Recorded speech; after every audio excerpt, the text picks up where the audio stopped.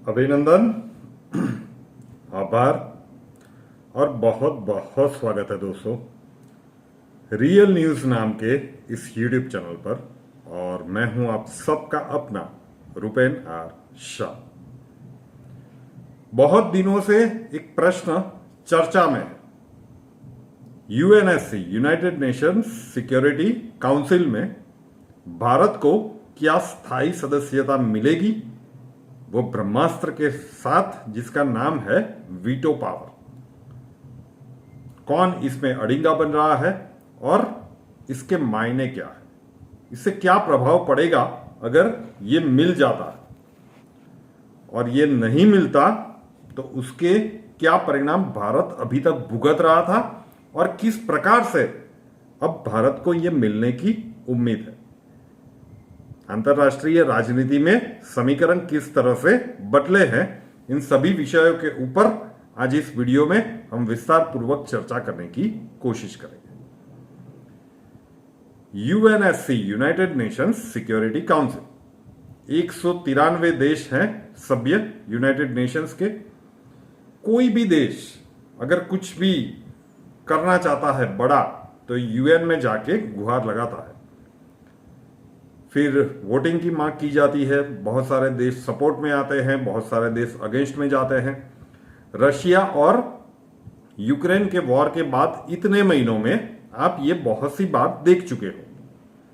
अब मान लीजिए कि कोई बात हुई, अभी कुछ समय पहले की बात है कि पाकिस्तान में यूएन में एक बात कही थी कि भाई 370 तो जब लगाया था तो कि वहां पे वोटिंग करवाई जाए, कितने लोग पाकिस्तान की ओर जाना चाहते हैं, कितने लोग हिंदुस्तान की ओर रहना चाहते हैं।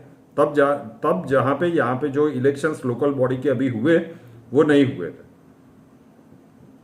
बहुत सारे देशों के रेफरेंडम आए कि भाई हम सपोर्ट में है, ये जो कह रहा है बात ठीक है, एक बार वहां की जनता को पूछ लेना चाहिए। ये चीजें चली थी, लेकिन वो प्रस्ताव गिर गया। कई लोग सोचेंगे कि ये क्या है, ये कैसे गिर गया। तो क्या है कि यूएनएससी का ये United nation security panel council का जो जजमेंट देने वाला मंडल है वो 15 सदस्यों का है।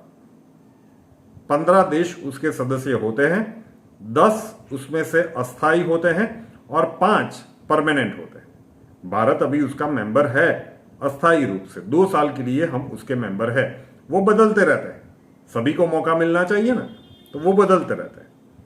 लेकिन 5 देश ऐसे हैं जो उनकी कुर्सी पे चिपके हुए हैं। फेविकॉल का जोड़ है, टूटेगा नहीं, मतलब वहां से हिलने वाले नहीं है। कौन से है वो 5 देश? USA, China, France, Russia and UK. ये जो 5 परमानेंट देश हैं उनके पास वो बाकी वाले 10 देशों की तुलना में कई ज्यादा अधिक शक्ति होती है। उनके पास एक ब्रह्मास्त्र होता है जिसे कहते हैं वीटो पावर। अब ये वीटो पावर क्या है? किसी एक ने भी वीटो पावर लगा दिया, वीटो लगा दिया, मतलब जो भी प्रपोजल आई थी कैंसल, सीधा डस्टबिन में।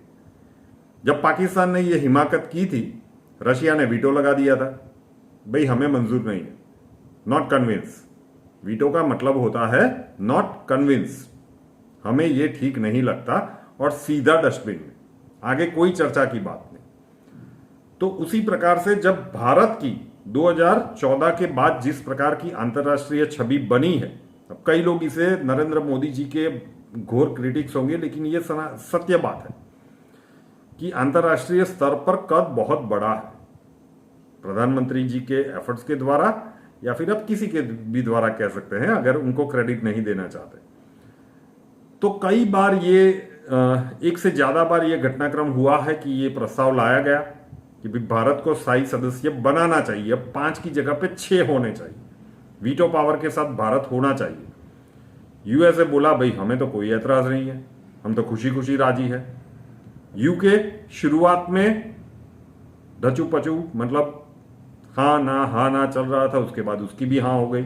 फ्रांस रेडी था, रशिया वेलकम करने के लिए तैयार था। बहुत सारे 193 में से देश आधे से ज्यादा देश समर्थन में थे। तो फिर भारत को क्यों नहीं मिला? क्योंकि एक देश था जिसने अड़िंगा जमा दिया, जिसने वीटो वाला पाना अपने हाथ में पकड़ लिया। भाई वीटो, उस देश का नाम था चाइना। वीटो लगा दिया मतलब सीधा डस्टबिन में, भारत नहीं बन सकता। तो वीटो पावर लाया इसलिए गया था कि जो परमानेंट देश है वो किसी गलत प्रपोजल आती है तो उसे रोकने के लिए वो वीटो पावर का यूज कर सके। लेकिन चाइना क्या कर रहा है कि भारत को रोकने के लिए वीटो का यूज कर रहा है। नहीं नहीं नहीं, नहीं आना चाहिए, मेरे पास पावर है, मैं तो यूज करूंगा, मेरे पास वीटो है, लगा दूंगा सीधा ही। मतलब ये तो क्लियर हो गया कि चाइना हमको वीटो देने वाला नहीं है। अब वीटो नहीं देगा तो स्थायी सदस्यता कैसे मिलेगी? अब आता है मुद्दे पे। अभी तक तो ये चल रहा था, हम अर्जी लगाते थे, चाइना वीटो लगाता था, डस्टबिन में चला जाता था प्रपोजल। अब क्या हुआ साहब कि चाइना एंटर हो गया था, इंडिया नहीं हुआ था। जब ये स्थायी सदस्य की बात हुई थी, इंडिया ने नॉमिनेशन ही फाइल नहीं किया था। अब उसके बाद एक संस्था बनी थी MTCR, मिसाइल टेक्नोलॉजी, मुझे फुल फॉर्म याद नहीं है, MTCR मिसाइल टेक्नोलॉजी, सी का मतलब काउंसिल रीजन के ऐसा ही कुछ नाम है। उस संस्था का भारत सदस्य है। उस संस्था में चीन सदस्य नहीं है। अब जैसे UNSC में वीटो होता है, MTCR का सदस्य होने के फायदे बहुत है। वो भारत समझा था, वो चीन नहीं समझा था। जैसे UNSC में 1900 मतलब जब भी ये हुआ था तब भारत ने नहीं लिया था, चीन ने एक्सेप्ट कर लिया था। चीन कमांडिंग पोजीशन में आ गया। अब MTCR में चीन फंस गया। क्यों? क्योंकि जो मिसाइल डिफेंस सिस्टम है S-400 रशिया ने भारत को दिया, सभी को पता होगा। चाइना वालों ने भी मांगा था, हमको भी दीजिए, हम भी लगाएंगे भारत की बॉर्डर पे, हमें भी अपने देश की सेफ्टी करनी है। रशिया वालों ने दे दिया S-300, भारत को दे दिया S-400। ऐसा क्यों? क्योंकि चीन MTCR का सदस्य नहीं है। और ये इंटरनेशनल रूल है कि जो भी देश MTCR का सदस्य नहीं है उसे 300 किलोमीटर से ज्यादा की रेंज की मिसाइल्स ना तो बेची जा सकती है ना वो खरीद सकता है। वो किसी और को भी नहीं बेच सकता। वो पाकिस्तान को बेचना चाहे कि चलो भारत पाकिस्तान को लड़वाते हैं, हम बैठ के मजाक करेंगे, देखेंगे, नहीं बेच सकता। क्यों? MTCR का सदस्य नहीं है। भारत अब देखिए 2022 में रेवेन्यू के मतलब ये जो डिफेंस का रेवेन्यू है भारत का कितना बड़ा है। तेजस फाइटर प्लेन, ब्रह्मोस मिसाइल्स के ऑर्डर्स कितने आ रहे हैं। तो चीन को लग रहा है कि इस तरह तो भारत आने वाले कुछ ही सालों में आर्थिक महासत्ता बन जाएगा, अमेरिका की टक्कर में आ जाएगा। क्योंकि भारत के पास तो इतनी लॉन्ग रेंज मिसाइल्स है और वो सभी को बेच सकता है। चीन नहीं कर सकता, खरीद भी नहीं सकता, किसी को बेच भी नहीं सकता। वैसे भी चुराई हुई टेक्नोलॉजी के ऊपर बनाइए वो अलग बात है, लेकिन नहीं कर सकता। वो बहुत ही कम दाम में देगा ना भारत की कंपैरिजन में, लेकिन नहीं कर सकता साहब। तो चीन को जरूरत है MTCR का सदस्य बनने की। वो भी अर्जी लगा रहा है, भाई हमें MTCR का सदस्य बना लीजिए, हमें एंटर होना है। जितनी भी बार आता है चीन वाले ये हरकत भारत करता है, भाई वीटो नहीं होगा। चीन कहता है भैया रख दीजिए ना, आपको क्या चाहिए, स्थायी सदस्यता चाहिए, वीटो चाहिए, हम दे देंगे, हमें यहां पे एंट्री करवा दो। तो सीधी सी बात है कि भाई इतनी सारी बार बॉर्डर पे LAC के ऊपर मीटिंग्स होती है कमांडर लेवल की, पीछे जाने के लिए आप राजी होते हो, लेकिन फिर कुछ महीनों के बाद आपके सैनिक आ जाते हैं, हमारे सैनिकों के हाथ से पीट के वापस चले जाते हैं। तो ये सारा घटनाक्रम चला जाता है। तो हम आपके पड़ोसी हैं, हम आपके हितेच्छु हैं, लेकिन पहले आप हमें स्थायी सदस्यता दीजिए, वीटो दीजिए। हमारी जबान है, जैसे ही आपने वो साइन किया यहां पे साइन हो जाएगा, MTCR में आपकी सदस्यता हो जाएगी।